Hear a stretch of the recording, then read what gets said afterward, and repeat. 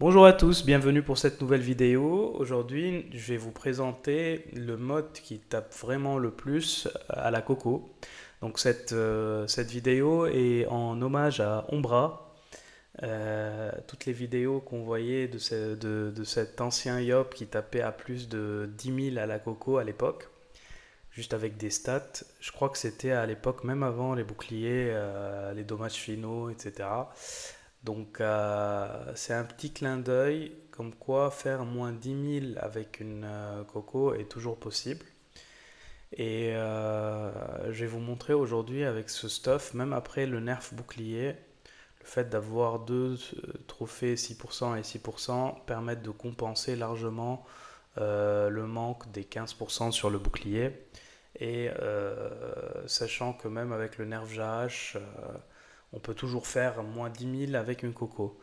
Donc je vous laisse admirer ce stuff. Donc ce stuff est full d'osso au niveau des trans.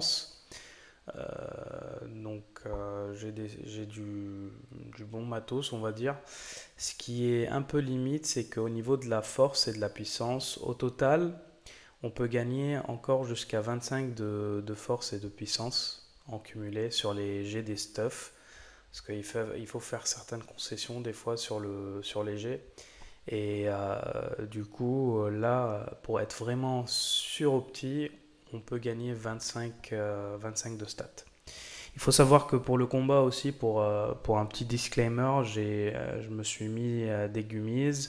Vous pouvez aussi mettre un trophée sans force à la place du pour. Vous grattez 20 stats en plus.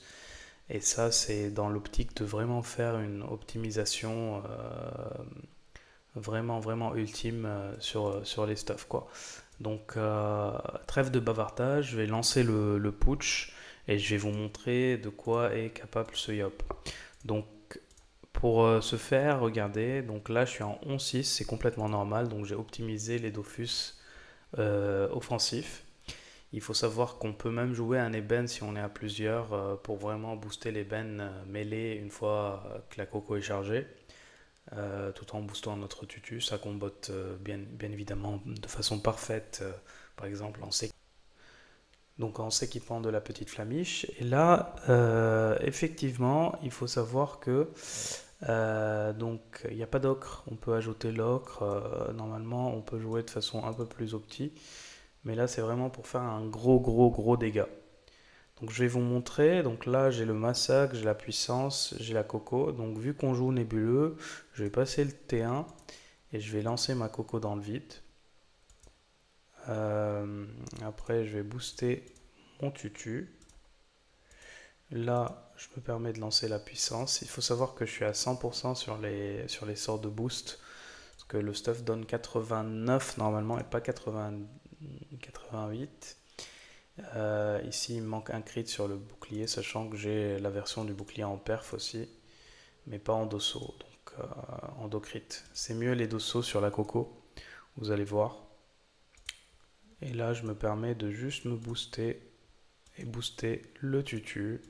Donc là, je continue de me booster. Et regardez bien, donc là j'ai 20%, on va voir si... Donc j'ai 38% avec... donc il me manque 2% sur le tutu. Et j'ai 3% mêlé. Ce 3% mêlé, il m'est donné par le familier légendaire. Donc si je suis à distance, j'ai 3% mêlé. Et si je suis au CAC, j'ai 3% de distance.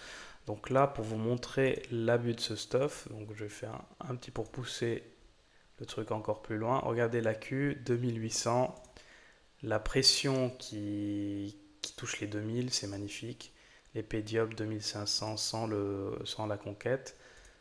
La constante à 1741. Et là, la coco 10416. Voilà, donc c'est une coco à moins 10 000 les amis. J'espère que vous avez apprécié cette vidéo. Dédicace à Umbra et à très vite. Ciao ciao.